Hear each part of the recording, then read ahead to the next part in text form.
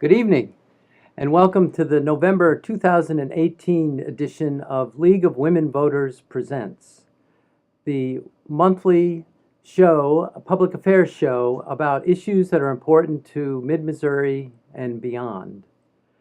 Tonight, we're going to be talking about an issue that we hear a lot about from Washington and from around the world. It's the crisis involving refugees, migrants, and immigration as a whole. And we're going to try to get kind of a good sense of some of the realities of what that issue is bringing to this country and to Columbia in particular. And I have a wonderful guest with me who's going to walk us through this. His name is Dan Lester. He is the Executive Director of Catholic Charities of Central and Northern Missouri, which is a 38-county operation, right? That's correct. All right. Well, welcome. Thanks. Thanks for joining. I'm happy to be here. Thanks for joining us. Yeah. Well, first, how long have you been dealing with this issue and involved with it? Personally, I've been on board at Catholic Charities for just over 2 years. I came on board in October of 2016. But our organization, and by extension the larger Diocese of Jefferson City, has had an office dedicated to refugee resettlement and immigration services for upwards of 40 years. Really, at the end of the Vietnam War, the larger Catholic sort of diocesan network became much more engaged in working with refugees and immigrants. And so we've been helping to resettle folks here in mid-Missouri for a long, long time. There's a long history of that. Of course, you showed up on the scene at a very interesting time. That's right, I did. I came on board in October of 2016, like I mentioned, and when we think about our resettlement numbers, we think in terms of how many folks we welcomed over the course of a fiscal year. And our fiscal year matches that federal fiscal year, so October 1st to September 30th. And at the end of that year, that 2015-2016 fiscal year, we had resettled a total of 229 refugees here in mid-Missouri for that year. And it's not the highest number we've ever done, but it was a high point over the last 5 to 7 years. And we were sort of anticipating that number would remain consistent over the next couple of years. And with the change in administration, some changes to the refugee resettlement policies nationwide, and a lowering of the total ceiling of refugees who can come into the country, which by law, that number is set by the president every year. And so that lowering of that total ceiling number has really led to a bit of a decrease in our number of arrivals. So for my first full year of serving in this position, the number dropped from 229 to 159. Oh. And then over the course of this year that just ended, the number dropped to 129. So we've seen a decrease, a pretty significant decrease in the total number of refugee arrivals. And like I said, that's really tied to nationally, that ceiling for the better part of the last decade had been set at about 85,000 total refugees coming to the United States. That number dropped in 16-17 to 45,000. And the total number projected for this coming year that just kicked off is all the way down to 30,000. So we've seen just a decrease in the number of arrivals nationwide. And we'll talk about that in a second. Sure. Because certainly there are still a lot of refugees around the world, and we hear about places like Yemen and other spots in Africa. Maybe just walk us through kind of the situation globally with refugees and immigration. So our best estimates that have been pretty consistent over the last decade is that you've got on average about 20 million refugees at any given time worldwide. And of course, those are folks in all kinds of different spots all over the world, like Africa, the Middle East, Southeast Asia, and where those folks are coming from, that shifts over time as conflicts come and go and die out and things change. But 20 million worldwide is a pretty agreed upon number. That's a lot. And so really what that process starts to look like is the United Nations are really the group that's out there on the front lines, identifying folks and starting the process of resettlement. And then they're working with governments all over the world at getting these folks who are appropriate placed into a new country. One of the big misconceptions about refugees is that people oftentimes think that when they've been displaced, they automatically end up in sort of these refugee camps that we see the pictures of on the news. And the truth is, the camps really only represent about 20 to 30% of the world's refugees. The vast majority, 60, 70, 80%, actually end up typically in large urban areas throughout the world, homeless, sort of second, third class citizens struggling to work in situations where they're really ripe for exploitation, whether that's trafficking or other means of being taken advantage of. So yeah, we think a lot about the camps. That's sort of the image we have is of these folks in these temporary shelters that are also not the most ideal of conditions, but actually most of the world's refugees are living homeless in large urban areas. So that's kind of this idea that they're in plain sight almost, as opposed to, oh, that camp. That's right. So yeah. So what is probably the, is there an accepted definition of refugee? Yes, there's a very specific legal definition of someone who is a refugee. And it's important to make the distinction between immigrants or migrants sort of as a broader umbrella and an actual refugee, because oftentimes what we see is, and especially in political rhetoric, is sort of lumping these two groups of folks together. And it's important to make the distinction of who is a refugee and who is a migrant. So a migrant or an immigrant is really anybody who comes to a country with the intention of becoming a permanent resident. So that's a broad category that encompasses a lot of people. Refugees are folks who have been explicitly driven from their homes because of either persecution or a well-founded fear of persecution if they were to remain in their home country. And when I talk about persecution, it's important to know that we're not just talking about someone giving these folks a hard time. We're talking about these are folks who know that if they stay in their home, they're going to be imprisoned and tortured, best case, or they're going to be killed. That's really the reality of who a refugee is. A refugee is not someone who leaves their home country seeking better employment, better educational opportunities. These are folks who flee from their homes because they know that if they stay, they're going to be killed. And they're going to be killed because of their race, their ethnicity, their religious belief. They may speak the wrong language. They may have the wrong political affiliation. So they're fleeing from their homes because they're being persecuted for one of those reasons. And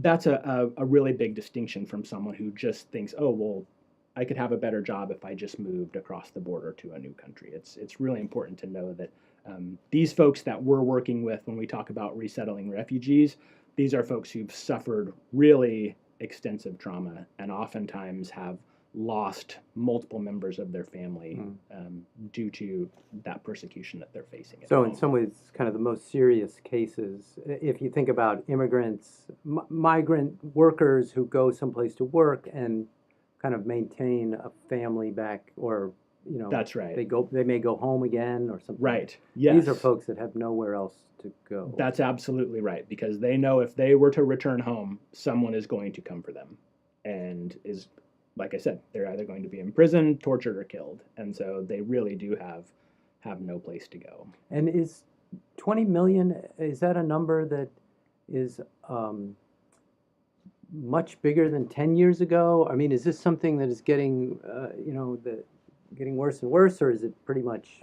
I think it's stayed relatively consistent, and I think that really what changes is where folks are from. Okay. It really shifts over time. If you look at our sort of records from our refugee resettlement, I I look at those now and then just to look at the change in the demographics of the folks and where it is that we're resettling folks from. So there was a time period in the 70s and 80s when it was a lot of folks from Southeast Asia. And then that sort of shifts, and there's a time period when we're welcoming a lot of folks from Bosnia. And then that shifts to we're welcoming a lot of folks from the Middle East. And, you know, for the last several years for us, our largest population has been coming from the Democratic Republic of the Congo. So it really shifts over time, but that number, that broad, larger number remains pretty consistent. For every conflict that resolves itself and folks are fortunate enough to be able to return home, there's a dictator somewhere else who comes into power, or you know, some other group that decides that they're going to go after another group, and it's sort of a never-ending issue. Okay. So, and you talked a little bit about this at the beginning about how some of the policies in this country are changing, and that's so. Maybe talk a little bit about what's going on now with refugees, and you can talk a little bit broader if you want about immigration and and other countries too, because it's not just the United States. I think. So with refugee policy specifically in the United States, I did mention that, you know, the way that that ceiling is arrived at every year for the total number of refugees admitted to the country, that is set by the president. There's a presidential declaration of every year of this is how many refugees we're going to admit. And the president arrives at that number in consultation with the Department of State and the Department of Homeland Security and his cabinet and all of those folks providing input as to what that number should be.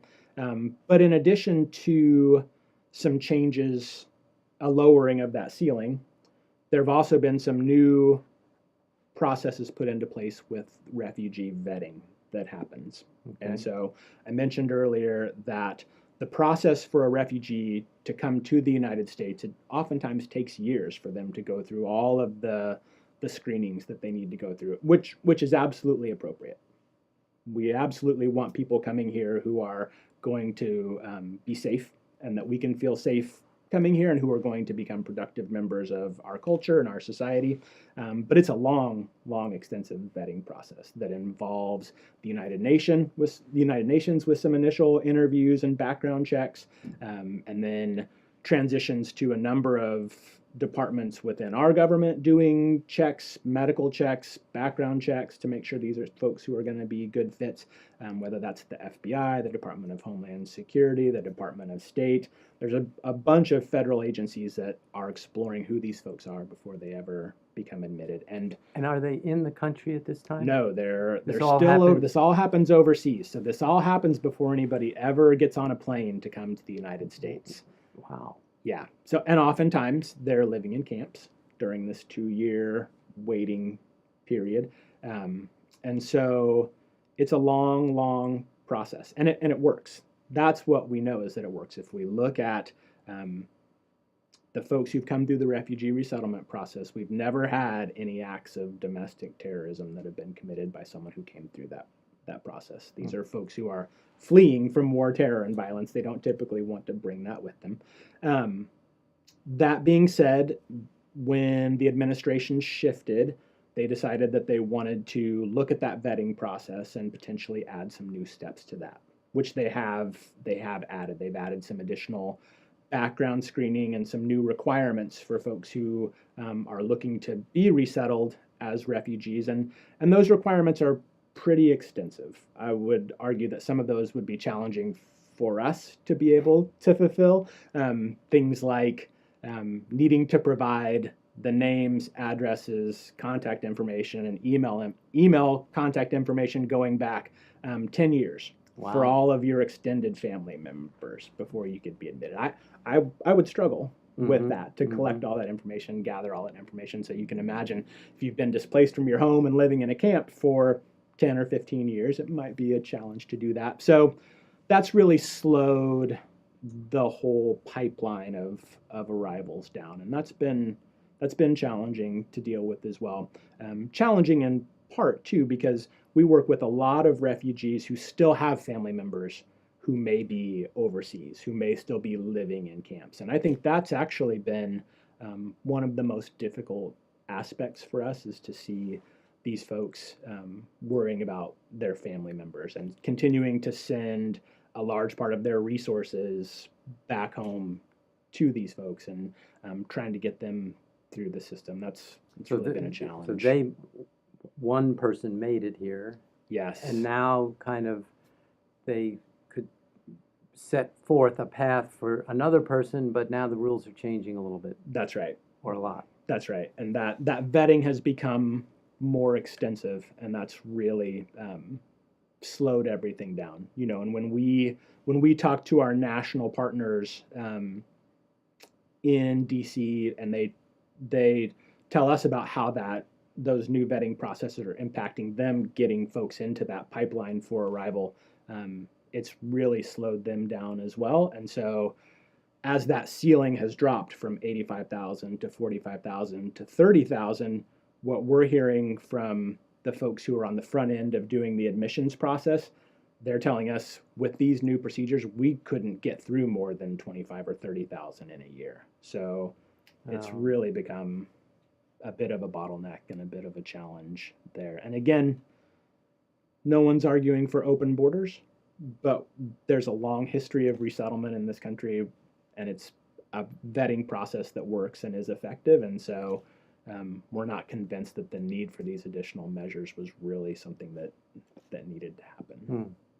And in addition to the vetting, is there anything else going on? Like, wasn't there something about the president was talking about the asylum, granting asylum, and whether or not that was something that should be continued? Right. And so a distinction to make there, with asylees are folks who are very similar to refugees in that they're oftentimes fleeing from many of the same things, that same sort of persecution, but they haven't necessarily gone through that same vetting process that someone with that formal refugee status has.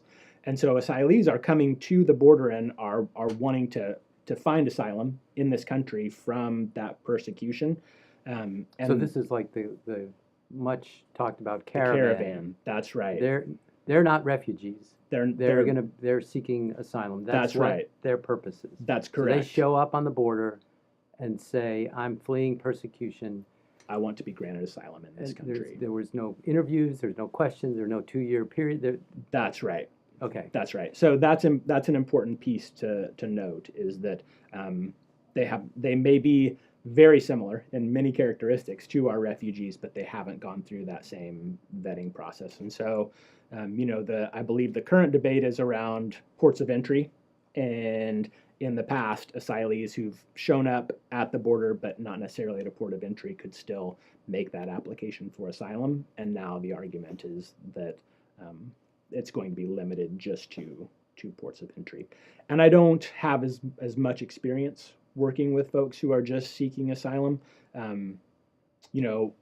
Asylees and folks who are just migrating to this country who are seeking citizenship, if they're not coming through on a work visa or if they're not coming through with relatives and things like that, that's one of the challenges is there really isn't a good path to citizenship in this country right now. And that's a tough group of folks to work with. All right, so let's talk about kind of what's going on here in mid-Missouri. Sure. And you mentioned that for the reasons we just talked about, the number of settlements is going down.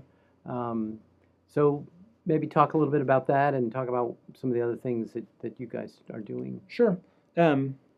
Well, I think I'll just start with, what do we do with these folks when they get here? That's oftentimes what people want to know as we talk about resettlement. Well, what does that mean exactly, that we're resettling them here? And so, okay, so that's good. So basically there's 30,000, there's a number. Some agencies keeping track of that.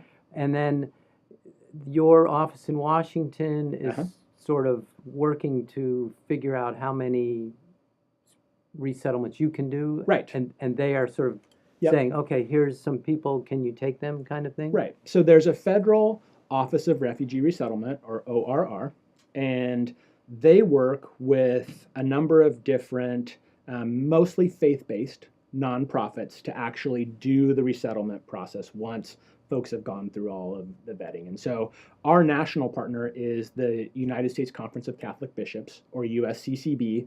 They have an office that's dedicated to refugee resettlement. So they talk to ORR, and every year ORR says, okay, we've got 30,000 nationally, Catholic Conference, we want your providers to take 10,000 of those, or whatever that number is. And then the Conference of Catholic Bishops looks at their providers across the country, ourselves and others, and says, okay, Central and Northern Missouri, you're going to get 120, and Okay. San Francisco, you're going to get 500, or however they make that determination. So what that then looks like is we get a call or an email a few weeks ahead of time saying, we've got a family of 9 from the Congo that will be here on January 14th. Get going on what you need to get going on. And what that looks like for us is we have to make sure that when that family arrives, we can make that transition as smoothly and seamlessly as possible. So we need to find a place for them to live, and it needs to be furnished, and there needs to be food in the refrigerator that's going to be culturally appropriate. And if there are school-aged children, we need to get them engaged with the school system. If there's limited English proficiency, we need to get them going on English language learner classes.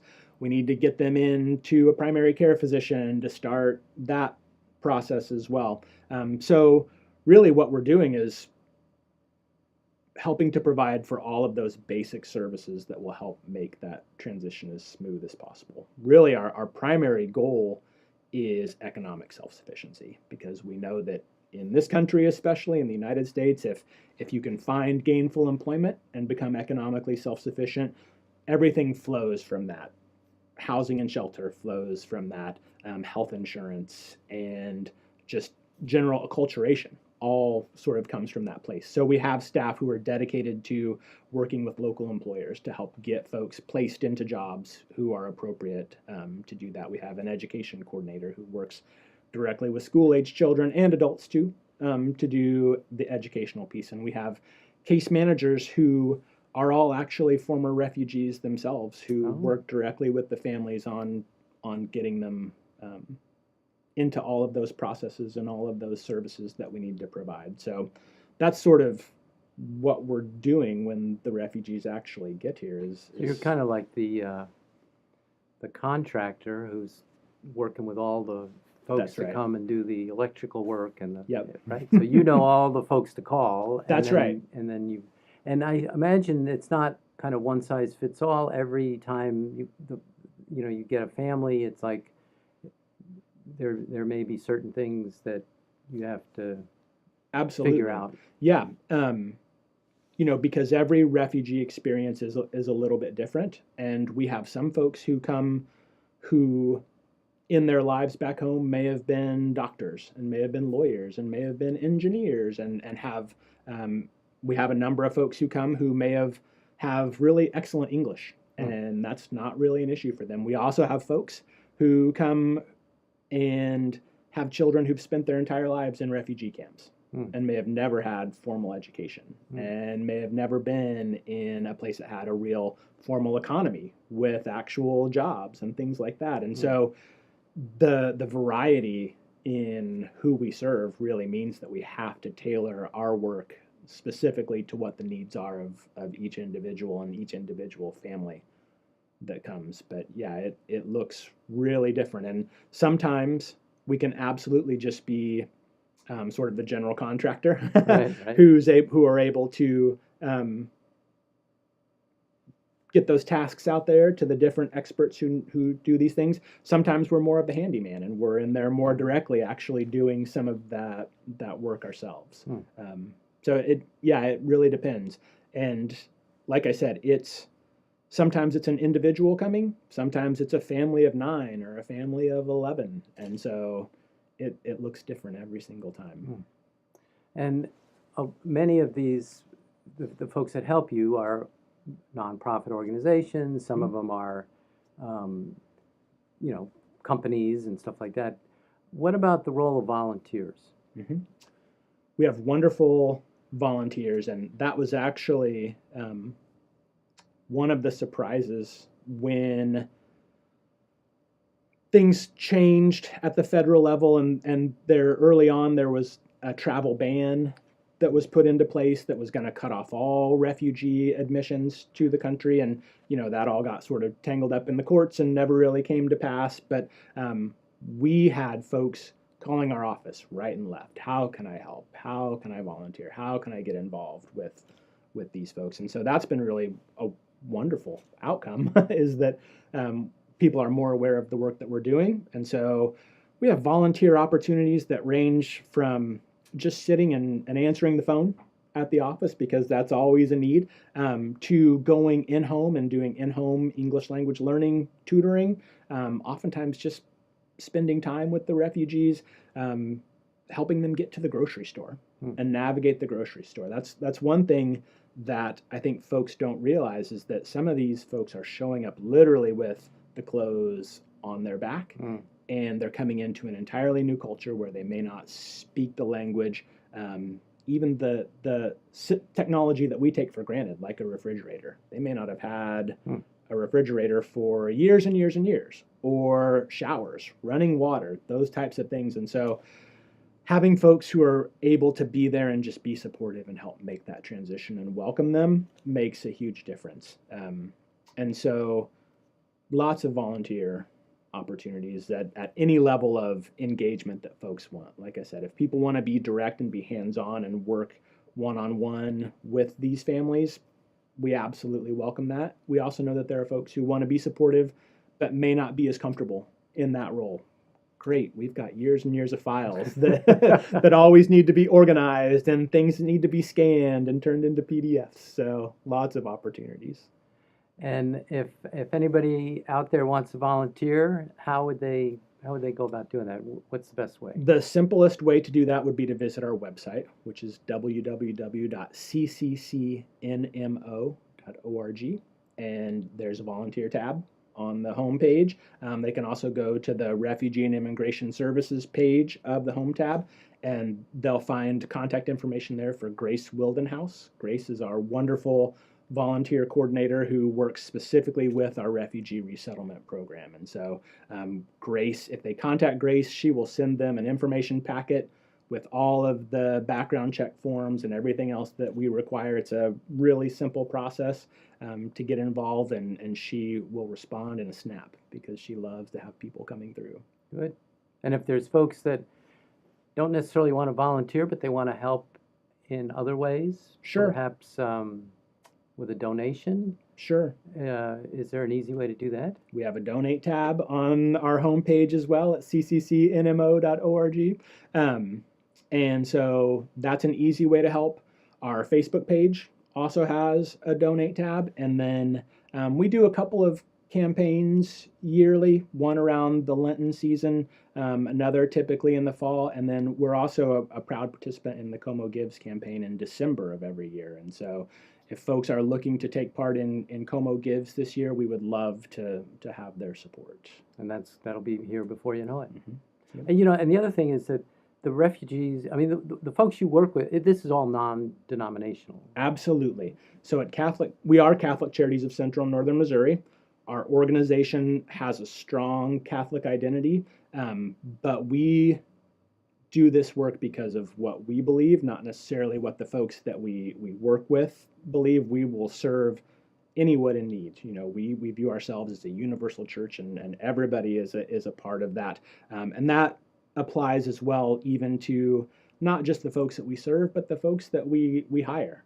I have a number of different folks of Christian denominations on my staff, and folks who are Muslims on my staff, and folks who are agnostic on my staff. And so as long as they've got a heart to serve, then we absolutely welcome them to join us. And yes, we will serve anybody regardless. Great. Well, I think we're out of time. So I want to thank you for coming. And Absolutely. And it was fascinating to learn about this. And it's great to know that you guys are doing such good work. Thank you. Thank you for the opportunity. I really appreciate it. You're welcome. And thank you for joining us, and we'll see you next month.